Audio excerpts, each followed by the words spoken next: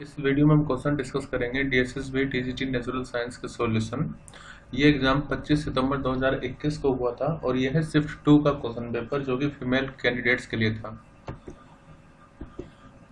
जो second shift में exam होता है वो 12:30 PM से 2:30 PM तक होता है। इससे पहले मैं शिफ्ट 1 का पेपर करवा चुका हूँ। क्वेश्चन नंबर 1 डिसिप्लिन 1 का, विच of the following is true about pascal law. Pascal law क्या होता है? पास्कल लॉ कहता है कि अगर मान लीजिए कोई लिक्विड है किसी भी कंटेनर में भरा हुआ है तो ये इक्वल प्रेशर लगाएगा अगर हाइट इक्वल है on the wall of the container. या दूसरा ये भी है कि अगर मान लीजिए आपके पास कोई लिक्विड है और वो इस तरह से किसी पिस्टन में भरा हुआ है, अगर आप पिस्टन को यहाँ से प्रेशर अप्लाई करवा रहे हैं तो वो जो प्रेशर होगा वो इक्वली ट्रांसमिटेड होगा, टोटली ट्रांसमिट हो जाएगा अदर साइड। अब इसमें पूछा है कि कौन सा ट्रू है। If the pressure in a liquid is change at a particular point the change is transmitted entire liquid with diminished magnitude. मैंने आपको बताया कि अगर आप यहाँ पर प्रेशर P अप्लाई कर रहे हो तो यहाँ पर भी प्रेशर P ही शिफ्ट होगा, मतलब कि इक्वल प्रेशर होंगे दोनों, तो डिमिनिश तो नहीं होगा, मैग्नीट्यूड में कमी तो नहीं आएगी।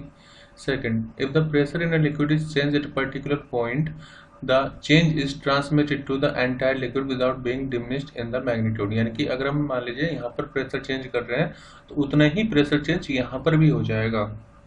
और यही तो पास्कल लॉ है कि प्रेशर इक्वली ट्रांसमिटेड होता है, तो स्टेटमेंट बी सही है, इक्वल होना चाहिए। अब नोट की तो बात ही नहीं आएगी कि ट्रांसमिट नहीं होगा। फिर ऑप्शन डी है, if the pressure is change at a particular point the change is transmitted to that point only without being diminished in magnitude.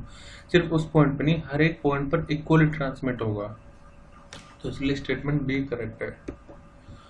Compute the heat generated while transforming 100 kilo coulomb of charge in 1 hour through a potential difference of 75 volt. देखो energy की बात हो रही है, आपने formula पढ़ा होगा W = QV।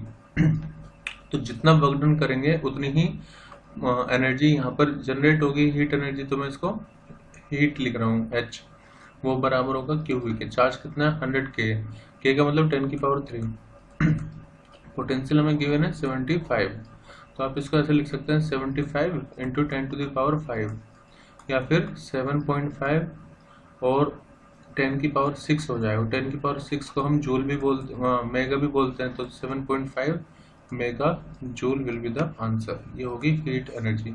Time का इसमें कोई लेना देना नहीं है।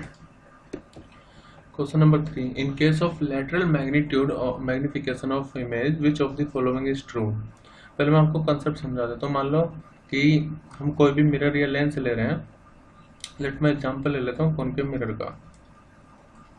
तो साइन कन्वेंशन की अगर हम बात करें तो साइन कन्वेंशन में जो ऑब्जेक्ट होता है उसको हम हमेशा ऐसे सीधा रखते हैं।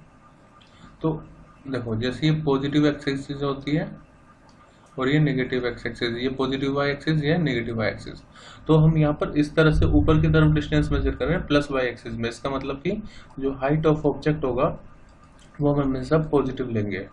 इसके अलावा अगर शीशे के अंदर इमेज बनती है, अगर मान लीजिए मिरर है और मिरर के अंदर इमेज बनती है तो वो हमेशा सीधी बनती है। तो height of image will be positive कब? जब वो वर्चुअल होगी, इरेक्ट होगी, वर्चुअल एंड इरेक्ट। इसके अलावा अगर मान लीजिए जो इमेज है वो बाहर बन रही है अगर, तो ऐसे में जो हाइट ऑफ इमेज होगी वो रहेगी नेगेटिव कब? जब रियल और इन्वर्टेड इमेज होगी। U की वैल्यू को हमेशा नेगेटिव लेते हैं। V की वैल्यू अगर ये अंदर बन रही है तो V की वैल्यू पॉजिटिव होगी, वर्चुअल होगी तो, और अगर बाहर बन रही है तो V की वैल्यू नेगेटिव होगी रियल इन्वर्टेड के लिए। तो पहला पॉइंट है the height of object is taken to be positive, तो ये स्टेटमेंट तो सही है। Second, the height of image is taken to be positive. देखो ये यूनिवर्सली करेक्ट स्टेटमेंट नहीं है क्योंकि पॉजिटिव भी हो सकती है हाइट ऑफ इमेज और नेगेटिव भी हो सकती है, तो इसलिए ये गलत है। Third, the height of image में बी टेकन एज पॉजिटिव और नेगेटिव इन डिफरेंट केसेस। तो मैंने जैसे आपको दो अलग अलग केस बताए, हाइट ऑफ इमेज पॉजिटिव होगी वर्चुअल एंड डायरेक्ट केस में, हाइट ऑफ इमेज नेगेटिव होगी रियल और इन्वर्टेड केस में। तो पॉजिटिव भी हो सकती है, नेगेटिव भी हो सकती है, इसलिए थर्ड स्टेटमेंट करेक्ट होगी। तो 1 and 3 are right. Question number 4 में एक्सेलरेशन का डायमेंशन पूछा तो एक्सीलरेशन क्या होता है, चेंज इन वेलोसिटी अपॉन में टाइम। वेलोसिटी का डायमेंशन lt माइनस 1, टाइम का t, तो इसका आ जाएगा lt माइनस 2, एक्सेलरेशन का lt माइनस 2 है ये। क्वेश्चन नंबर 5, उनमें से पूछा है कि बीटा डीके में क्या होता है। Neutron change it's self into proton, a neutron emits an electron only, a neutron emits an electron and a particle called antineutrino। पहले मैं आपको जनरल जो इक्वेशन है बीटा डीके की वो बता देता हूँ। देखो मान लो हमारे पास कोई पार्टिकल है जेड एक्स है, एक्स एलिमेंट है, और अगर उसमें बीटा एमिशन हो रहा है, बीटा एमिशन भी दो तरह के होते हैं, बीटा पॉजिटिव और बीटा नेगेटिव। अगर मान लीजिए बीटा नेगेटिव हो रहा होता है तो उसके साथ निकलता है एंटी न्यूट्रिनो, और जो नया पार्टिकल आएगा डॉटर न्यूक्लियाई कह सकते हैं, उसमें ए तो सेम रहेगा, एटॉमिक मास नंबर सेम रहेगा, लेकिन ये हो जाएगा +1। इसी तरह से अगर मान लीजिए जेड एक्स से बीटा नेगेटिव हो गया, बीटा पॉजिटिव डी के अगर हो रहा होता है तो ऐसे में न्यूट्रिनो निकलता है, और जो नया एलिमेंट नया न्यूक्लियाई आएगा उसका एटॉमिक नंबर सेम रहेगा, लेकिन एटॉमिक मास नंबर सेम रहेगा, एटॉमिक नंबर 1 से डिक्रीज हो जाएगा। तो अगर हम न्यूट्रॉन के डीके की बात करें तो न्यूट्रॉन चेंज हो जाता है प्रोटॉन में, और साथ ही साथ बीटा नेगेटिव रिएक्शन होती है, इलेक्ट्रॉन निकलता है, और इलेक्ट्रॉन के साथ जैसे हमने बताया बीटा नेगेटिव मतलब इलेक्ट्रॉन, तो उसके साथ निकलेगा एंटी न्यूट्रिनो। तो इसका मतलब स्टेटमेंट ए सही है। A neutron emits an electron only, देखो इलेक्ट्रॉन के साथ प्रोटॉन और एंटी न्यूट्रिनो भी तो है, तो स्टेटमेंट तो गलत हो जाएगी। A neutron emits an electron and a particle called anti neutrino, तो जैसे मैंने आपको बताया एंटी न्यूट्रिनो भी निकलता है, तो फर्स्ट और 3 यहाँ पर करेक्ट होंगे, इसलिए option B is right answer. तो ये मेन रिएक्शन है, neutron change into proton with emitting anti neutrino particle. The basic law of reflection of light are applicable on plane on curve. देखो आपने पढ़ा होगा लॉ ऑफ रिफ्लेक्शन हम plane mirror के लिए भी अप्लाई करते हैं। लॉ ऑफ रिफ्लेक्शन क्या होता है, इंसिडेंस एंगल और रिफ्लेक्शन एंगल दोनों इक्वल होते हैं, और इंसिडेंट रे नॉर्मल और जो रिफ्लेक्टेड रे हैं वो सब एक ही प्लेन में इंक्लाइन करेंगी, और हमने कर्व सरफेस के लिए भी इनको अप्लाई किया था। तो ये दोनों तरह के सरफेसेस के लिए एप्लीकेबल होता है जो लॉ ऑफ रिफ्लेक्शन है। द सरफेस ऑफ लेंस में भी देखो किस तरह के होते हैं, लेंस हमने पढ़ा है कॉन्वेक्स लेंस होते हैं, ये कॉनकेव लेंस है, और प्लेनो कॉन्वेक्स भी हो सकते हैं, प्लेनो कॉनकेव भी हो सकते हैं। इसके अलावा एक तरफ का सरफेस कॉनकेव और दूसरी तरफ का कॉन्वेक्स, इस तरह का भी लेंस होता है। तो बोथ कॉन्वेक्स, बोथ कॉनकेव और 1 कॉन्वेक्स और 1 कॉनकेव भी हो सकते हैं। तो इसमें तीनों ही सही होगा, 1 and 2 and 3। Which of the following kind of wave are audible. अगर हम ह्यूमन की बात करें तो ह्यूमन ईयर को सुनने के लिए जो फ्रीक्वेंसी रिक्वायर्ड होती है 20 हर्ट्ज से 20 किलो हर्ट्ज तक वो सुन सकते हैं। अगर फ्रीक्वेंसी 20 हर्ट्ज से कम हुई तो वो कहलाएगी इंफ्रासोनिक। और ये वाला जो क्वेश्चन है हर शिफ्ट में आया है पेपर में, और फ्रीक्वेंसी अगर 20 किलो हर्ट्ज से ज़्यादा है तो वो होगी अल्ट्रासाउंड। तो अगर फ्रीक्वेंसी इंफ्रासोनिक या अल्ट्रासाउंड है तो हम सुन नहीं पाएंगे, हम सिर्फ इसके बीच की जो फ्रीक्वेंसी होती है उन्हीं को सुन पाते हैं। तो पहला है which of the following kinds of wave are audible. Infrasonic भी ऑडिबल नहीं होगी, अल्ट्रासाउंड भी या अल्ट्रासोनिक भी ऑडिबल नहीं होगी, तो इसलिए ना तो हम फर्स्ट को सुन पाएंगे और ना ही सेकंड को। इन केस ऑफ TIR मतलब total reflection the entire light, पहले मैं आपको TIR का कंसेप्ट बता देता हूँ। बेसिक्स के लिए मैंने एक अलग से वीडियो भी बनाई हुई है, आप उसको देख सकते हैं, तो उसमें सब कुछ समझाया हुआ है। TIR में क्या होता है कि अगर कोई लाइट रे डेंसर मीडियम में है और वो इस तरह से इस सरफेस पर आ रही है सच दैट की इंसिडेंस एंगल क्रिटिकल एंगल से ज़्यादा है। क्रिटिकल एंगल ये प्रॉपर्टी होती है सरफेस की, ज़्यादा है तो ये जो लाइट होगी टोटली उसी सरफेस में रिफ्लेक्ट कर जाएगी, इसको बोलते हैं TIR। The entire light is reflected, यहाँ पे आएगा reflected back into the same medium भी कह सकते हैं, मतलब जिससे वो निकली है फर्स्ट मीडियम, क्योंकि ऑप्शन में तो फर्स्ट लेंगे। तो ये मान लो फर्स्ट मीडियम, सेकंड मीडियम, तो सेकंड इसके लिए कंडीशन होती है TIR के लिए कि लाइट रे डेंसर से रेयर की तरफ जानी चाहिए। ठीक है। दूसरी कंडीशन होती है कि इंसिडेंस एंगल ज़्यादा होनी चाहिए क्रिटिकल एंगल से। क्लास 12th में पढ़ते हैं, 12th का टॉपिक है, तो ऑप्शन करेक्ट होगा 1, रिफ्लेक्टेड एंड फर्स्ट। इसके अलावा ये भी क्वेश्चन पूछा जाता है कि जो ऑप्टिकल फाइबर होते हैं वो किस बेसिक प्रिंसिपल पर काम करते हैं, तो ऑप्टिकल फाइबर भी टीआर पर ही काम करेंगे। मिराज फॉर्मेशन भी टीआर की वजह से ही होती है। ऑप्टिकल फाइबर का तो क्वेश्चन भी आया था डीएसएसबी में। वीक फोर्सेज आर, देखो 4 तरह की फंडामेंटल फोर्सेज होती हैं। कौन कौन सी? ग्रेविटेशनल और इलेक्ट्रोमैग्नेटिक, न्यूक्लियर फोर्स और वीक न्यूक्लियर फोर्स। तो ये चारों फंडामेंटल फोर्सेज होती हैं। ग्रेविटेशनल, यहाँ पे दिखा है भी, ग्रेविटेशनल, इलेक्ट्रोमैग्नेटिक, न्यूक्लियर और एक वीक न्यूक्लियर फोर्स। ये एक स्ट्रॉन्ग न्यूक्लियर फोर्स होती है। तो वीक फोर्सेज अपना आप में एक अलग तरह की फोर्स है, तो इसलिए आंसर होगा different from gravitational, electromagnetic and nuclear force. हालांकि इनका मैग्नीट्यूड अलग अलग होता है। Question number 11, motion is a combined property of the object under study and observer. तो ये तो बिल्कुल ठीक है। सेकेंड है, देयर इज एब्सोल्यूट रेस्ट और एब्सोल्यूट मोशन। देखो there is no absolute rest और एब्सोल्यूट मोशन होता है, क्योंकि अगर कोई ऑब्जेक्ट मान लीजिए किसी एक पॉइंट ऑफ रेफरेंस के रिस्पेक्ट में रेस्ट पर है, तो हो सकता है वो दूसरे के लिए मूव कर रहा हो। जैसे सबसे आसान इसका एग्जांपल होता है कि अगर बस में 2 यात्री बैठे हुए हैं और बस चल रही है, तो ये आपस में तो रेस्ट में होंगे एक दूसरे के रेस्पेक्ट में, लेकिन अगर बाहर कोई पेड़ है तो उस पेड़ को जब ये देखेंगे तो पेड़ इनको अपोजिट डायरेक्शन में जाता हुआ दिखेगा। तो इसका मतलब जो मोशन है वो डिपेंड कर रहा है कि उसको देख कौन रहा है, उसको ऑब्जर्व कहाँ से किया जा रहा है। तो स्टेटमेंट 1 तो सही है, लेकिन स्टेटमेंट 2 गलत है, इसलिए ओनली 1 आंसर आएगा। Question number 12, when we connect resistance in parallel the total resistance is smaller than the smallest of the involved। और सेकंड है, multimeter consist of ammeter, voltmeter and ohmmeter. इसमें इनकरेक्ट स्टेटमेंट हमें choose करनी है। तो पहली statement भी सही, मतलब बिल्कुल सही है। सेकंड स्टेटमेंट भी सही है। पहली स्टेटमेंट का मतलब है कि हम रेजिस्टेंस को अगर पैरेलल में कनेक्ट कर रहे हैं तो जो इक्विवेलेंट रेजिस्टेंस आएगा, मान लो हमारे पास रेजिस्टेंस एक है 2 ओम का, एक है 3 ओम का और एक है 4 ओम का। तो जब आप इसका आर इक्विवेलेंट निकालोगे वो 2 से कम आएगा हमेशा। वो आप करके देख सकते हैं। अगर मान लो मैं 2 इक्वल रेजिस्टेंस लूँ 2 और 2, तो उनका आर इक्वल 1 ओम ही आएगा, मतलब उससे कम ही आता है हमेशा। तो जब लेकिन सीरीज में बढ़ जाता है। सीरीज में अगर मान लो यही 2, 3, 4 सीरीज में होते हैं, तो सीरीज में जो रेजिस्टेंस आता है वो 4 से ज़्यादा आता है, क्योंकि तब हम ऐड कर रहे होते हैं। तो फर्स्ट स्टेटमेंट करेक्ट है, सेकंड स्टेटमेंट भी करेक्ट है, लेकिन हमें तो इनकरेक्ट वाली स्टेटमेंट लेनी है आंसर में, तो इसलिए आंसर होगा नाइदर 1 और 2। 1 एमई किसके इक्वल होता है? वो होता है 931.5 भी आता है, 931.5 मेगा इलेक्ट्रॉन वोल्ट। तो करेक्ट आंसर होगा यहाँ पर ऑप्शन ए।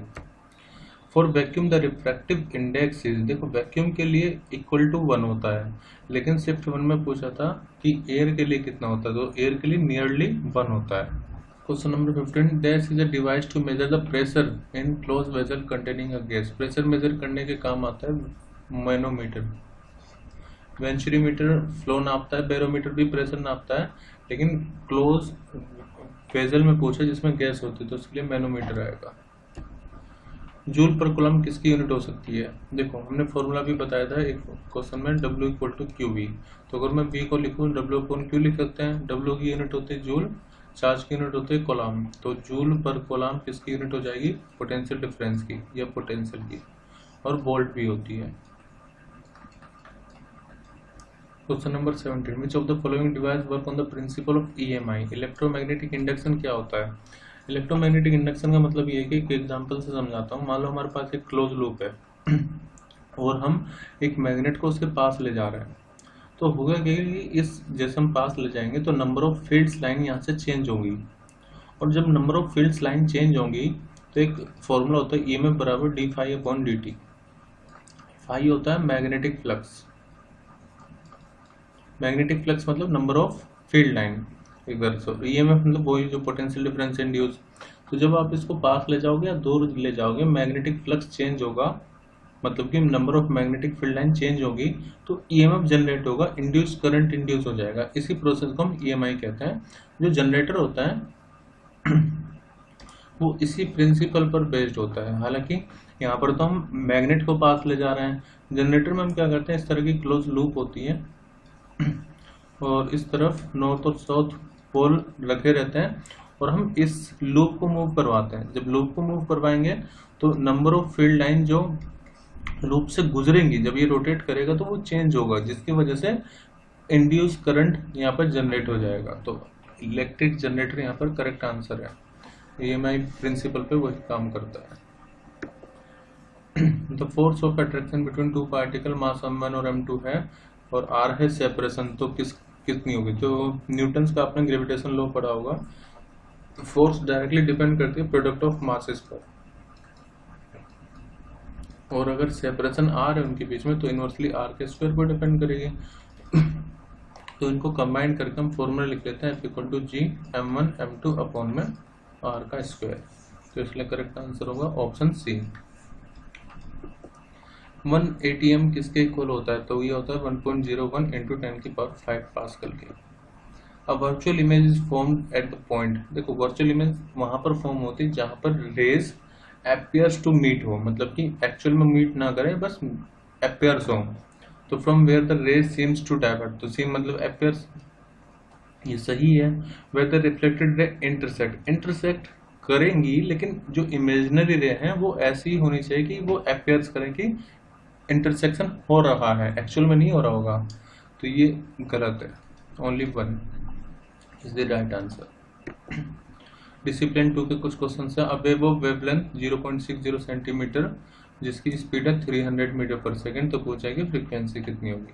तो फ्रीक्वेंसी और वेवलेंथ में रिलेशन होता है, फ्रीक्वेंसी वेवलेंथ बराबर होता है स्पीड के। हमें फ्रीक्वेंसी निकालनी, so it will be equal to speed upon में वेवलेंथ। स्पीड है 300 और वेवलेंथ है 0.60 है ना, तो इसको हमें चेंज करना पड़ेगा SI यूनिट में। 0.60 को हम लिख सकते हैं 10⁻², ये मीटर में आ जाएगी। अब यहाँ से 2 पॉइंट हटा दीजिए आप, तो जब हटाएंगे तो यहाँ पर 100 आ जाएगा, या 10⁻² भी लिख सकते हैं। तो ये हो जाएगा 300 अपॉन में 60 इंटू में 10⁻⁴। इसको अगर मैं ऊपर ले जाऊँ तो 10⁻² ये है, 10⁻² या 10⁻⁴ हो जाएगा, और 0 से 0 कैंसिल कर दो। फिर यहाँ पर 5 इंटू 6 होता है 30। इसी को हम ऐसे भी लिख सकते हैं 50 इंटू 10⁻3, और इसको हम ऐसे भी लिख सकते हैं 50 किलो हर्ट्ज। तो करेक्ट आंसर होगा option C. Which of the following statement is incorrect? Incorrect statement हमें लेनी है। Solar power plants can not produce energy if the sun is not shining. ये स्टेटमेंट बिल्कुल सही है। अगर शाइनिंग नहीं होगी तो सोलर पावर एनर्जी प्रोड्यूस नहीं कर पाएगा। Second, establishment of solar power station can be very expensive. तो खर्चा तो काफ़ी होता है इसमें। Solar panel needs to be regularly maintain. Yes, regularly maintain भी इसको करना पड़ता है। अगर धूल वगैरह जम गई तो उतना ज़्यादा ये जो सोलर पैनल होगा वो सोलर रेडिएशन को एब्जॉर्ब नहीं कर पाएगा। About 60% of incoming solar radiation is absorb by the upper atmosphere. तो 60% नहीं होता, इससे ज़्यादा एब्जॉर्ब होता है, लगभग 70% के आसपास एब्जॉर्बेशन होता है। तो ये इनकरेक्ट स्टेटमेंट है, ये अपना आंसर होगा। If the resultant force acting on a particle perpendicular to velocity, यानी कि फोर्स परपेंडिकुलर है वेलोसिटी के, तो इनमें से कौन सी चीज़ सही होगी? देखो इसका एक एग्जांपल मैं ले लेता हूँ। जो सर्कुलर मोशन होता है उसमें सेंट्रीपिटल फोर्स इस तरफ लगती है और जो स्पीड होती है या वेलोसिटी वो परपेंडिकुलर होती है। तो जब आप इसमें देखेंगे तो वर्क डन का फॉर्मूला होता है फोर्स इंटू में डिस्प्लेसमेंट, F.ts। फोर्स और डिस्प्लेसमेंट जब भी 90 डिग्री पर होते हैं तो वर्क डन आता है 0। यहाँ पर डिस्प्लेसमेंट इसी तरह से तो हो रहा है वेलोसिटी की डायरेक्शन में, तो वर्क डन यहाँ पर 0 होगा। और according to work energy theorem होती है कि वर्क डन बराबर होता है चेंज इन काइनेटिक एनर्जी के। सिंस वर्क डन अगर 0 है तो चेंज इन काइनेटिक एनर्जी भी तो 0 होगा। चेंज इन काइनेटिक एनर्जी 0 है, इसका मतलब काइनेटिक एनर्जी चेंज नहीं हो रही है, वो कांस्टेंट है। काइनेटिक एनर्जी में दो चीज होती है, हाफ mv², फॉर्मूला होता है इसका काइनेटिक एनर्जी का, तो इसका मतलब हाफ mv² कांस्टेंट हो गया। मास तो कांस्टेंट होती है हमेशा, इसका मतलब स्पीड का जो मैग्नीट्यूड है वो भी कांस्टेंट रहेगा। स्पीड रहेगी कांस्टेंट। अब बात करते हैं ऑप्शंस की। पहला है the speed of the particle changes, तो वो चेंज नहीं होगी, वो कांस्टेंट रहेगी, ये तो गलत हो गया। The speed of particle does not change, बिल्कुल सही। The kinetic energy of the particle does not change, तो वो मैंने आपको बता दिया काइनेटिक एनर्जी कांस्टेंट रहेगी। तो ये तभी होता है जब फोर्स वेलोसिटी के परपेंडिकुलर हो, तो इसलिए स्टेटमेंट 2 और 3 करेक्ट होगी। ये क्वेश्चन आप 9th और 11th क्लास की फिजिक्स बुक में पढ़ सकते हैं। A particle of mass 40 gram is thrown vertically upward with speed of 10 metre per second. पूछा है कि वर्क डन कितना होगा। तो जब आप पार्टिकल को ऊपर फेंक रहे हैं तो हम ग्रेविटी के अगेंस्ट में वर्क कर रहे हैं and it will be stored in a potential energy. तो यहाँ पर फॉर्मूला होगा mgh के इक्वल और हम लिख सकते हैं u इक्वल हो जाएगा -mgh। मास कितना है 40 ग्राम है, तो उसको किलोग्राम में लिखेंगे 1000 से डिवाइड करके। g की वैल्यू 10 ले लेते हैं और हाइट अभी हमें नहीं पता, तो हाइट हम निकाल लेते हैं। देखो जब आप ऑब्जेक्ट को ऊपर फेंकोगे तो इनिशियल मतलब फाइनल पॉइंट पर, हाईएस्ट पॉइंट पर उसकी जो स्पीड होगी वो 0 हो जाएगी। इनिशियली तो स्पीड हमने दे रखी है 10। हम फॉर्मूला लगाएंगे v square equal to u square plus 2as का। वैसे तो 3 इक्वेशन होती है, v equal to u plus at, s equal to ut plus half at square और v square equal to u square plus 2s। क्योंकि हमें time नहीं पता ना, इसलिए मैं इस इक्वेशन का यूज कर रहा हूँ। और जब भी आप ऑब्जेक्ट को ऊपर फेंकते हो वो कांस्टेंट एक्सेलरेशन से ऊपर जाता है, जिसकी वैल्यू होती है g के इक्वल, लेकिन माइनस साइन, क्योंकि ऊपर जा रहा है तो रिटार्डेशन हो रहा होगा। अब इसी इक्वेशन का यूज करेंगे हम, तो ये हो जाएगा -2gh। v की वैल्यू 0, इनिशियल स्पीड 10 है, उसका स्क्वायर -2, g की वैल्यू मैं 10 ले रहा हूँ और हाइट हमारे यहाँ से फाइंड कर पाएंगे। So it will be equal to 100 का स्क्वायर 2 × 10 × h। एक 10 से एक 10 चले जाएगा, तो 10/2 इक्वल टू हो जाएगा h के, क्या आ जाएगा 5 मीटर। तो हाइट हमें पता चल गई है कितनी होगी 5। तो हम हाइट की जगह 5 पुट करेंगे। 2 0 से 2 0 कैंसिल कर दो पहले, तो ये हो गया -4/10 इंटू में हाइट की वैल्यू 5, तो ये हो गया 2 और ये हो गया 2, तो -2 जूल आंसर होगा। Option A will be the right answer. Question number 20 मैंने पार्टिकल इज प्रोजेक्टेड अपवर्ड, तो काइनेटिक एनर्जी क्या होगी। तो अगर आप ऑब्जेक्ट को ऊपर फेंक रहे हो तो धीरे धीरे उसकी जो स्पीड होती है वो डिक्रीज करती है, और हाईएस्ट पॉइंट पर तो स्पीड 0 ही हो जाती है डिक्रीज हो करके। तो जब स्पीड कम हो रही है इसका मतलब काइनेटिक एनर्जी ½ mv², मास तो चेंज नहीं होता, तो स्पीड के कम होने की वजह से जो काइनेटिक एनर्जी है वो भी डिक्रीज करेगी। एक तो ये रीजन हो गया। दूसरा रीजन ये है कि जब ये ऊपर जा रहा है तो उसकी पोटेंशियल एनर्जी इंक्रीज हो रही है, और हमेशा potential energy plus kinetic energy का जो सम होता है जब आप ऑब्जेक्ट को ऊपर या नीचे फेंक रहे हैं वो रहता है कांस्टेंट। तो सिंस पोटेंशियल एनर्जी इंक्रीज हो रही है तो काइनेटिक एनर्जी डिक्रीज हो जाएगी, तो इसलिए तब भी आंसर सी ही सही होगा, decreases. The mass number is defined as the sum of total number of, mass number का मतलब होता है कि जैसे एटम हुआ, एटम के अंदर आ गया न्यूक्लियस। न्यूक्लियस में 2 चीजें होती हैं, प्रोटॉन और न्यूट्रॉन। जो मास नंबर होता है वो इन दोनों का कॉम्बिनेशन होता है, तो इसलिए आंसर करेक्ट होगा proton and neutron. With increase in the temperature of the particle the matter is also, तो जब आप टेम्परेचर इंक्रीज करोगे तो उसमें जो छोटे छोटे पार्टिकल होंगे वो अब एनर्जी उनको मिल रही है किससे, टेम्परेचर के इंक्रीज होने की वजह से, क्योंकि काइनेटिक एनर्जी का फॉर्मूला होता है ½ mv², और टेम्परेचर की वजह से जो इनमें एनर्जी आ जाएगी वो आ जाएगी 3/2 kT। तो टेम्परेचर बढ़ेगा, एनर्जी बढ़ेगी, वो एनर्जी उन पार्टिकल की स्पीड को इंक्रीज कर देगी, तो इसलिए स्पीड इंक्रीज होगी तो काइनेटिक एनर्जी भी इंक्रीज होगी, तो करेक्ट आंसर होगा option C. Which of the following definition of latent heat of fusion is correct? देखो पहले मैं समझा देता हूँ, latent heat of fusion का फॉर्मूला होता है delta Q equal to mc delta T।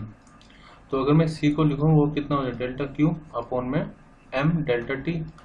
तो अगर मान लीजिए हम किसी मेटर को जिसका मास है 1 kg, ठीक है, उसमें हम हीट दे रहे हैं, इतनी हीट दे रहे हैं कि उसका टेम्परेचर 1 डिग्री से, चाहे वो डिग्री केल्विन हो या डिग्री सेल्सियस हो, 1 डिग्री से इंक्रीज हो जाए या चेंज हो जाए, तो उस अमाउंट ऑफ हीट को हम बोलेंगे उसकी स्पेसिफिक हीट। सी यहाँ पर स्पेसिफिक हीट कैपेसिटी है।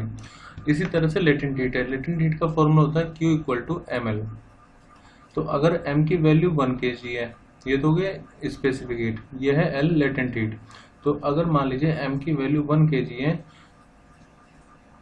तो कितनी हीट आपको किसी एक मास जिसका 1 किलोग्राम है उस सब्सटेंस को देनी पड़ेगी कि उसकी स्टेट में चेंज आ जाए। स्टेट चेंज होने का मतलब है कि वो सॉलिड से लिक्विड हो जाए, लिक्विड से सॉलिड हो जाए। लेकिन स्टेट चेंज जब भी होती है तो टेम्परेचर चेंज होता है 0, ठीक है, मतलब टेम्परेचर चेंज नहीं होगा, सिर्फ स्टेट चेंज होगी। तो आप किसी ऐसे सब्सटेंस को जिसका मास 1 kg है, उसको इतनी अमाउंट ऑफ हीट दे दो कि उसकी स्टेट चेंज हो जाए, उसको बोलते हैं लेटेंट हीट। और स्पेसिफिक हीट क्या होता है? इतनी अमाउंट ऑफ हीट की सब्सटेंस का मास 1 kg और उसका टेम्परेचर 1 डिग्री राइज हो जाए, तो वो होती है स्पेसिफिक हीट। तो यहाँ पर पहला ऑप्शन ही करेक्ट होगा, the amount of heat that is required to change 1 kilogram 1 kg of solid into liquid at atmospheric pressure at its melting point is known as latent heat of fusion. तो 1 kg हम लेते हैं, ना कि 10 kilogram, ना कि 1 kilogram, ना कि एनी अमाउंट। तो मेन चीज़ है 1 kg। The atmospheric pressure at sea level कितना होता है? तो इसको हम 1 atm के इक्वल बोलते हैं। 1 atm बराबर होता है 1.01 इंटू 10⁵ पास्कल के। विच of the following regulates and control the amount of light? ये मैंने कई बार बताया, ये प्यूपिल कंट्रोल करता है। Which of the following defect can be corrected by using convex lens? Convex lens है तो हाइपरमेट्रोपिया होता है उनको।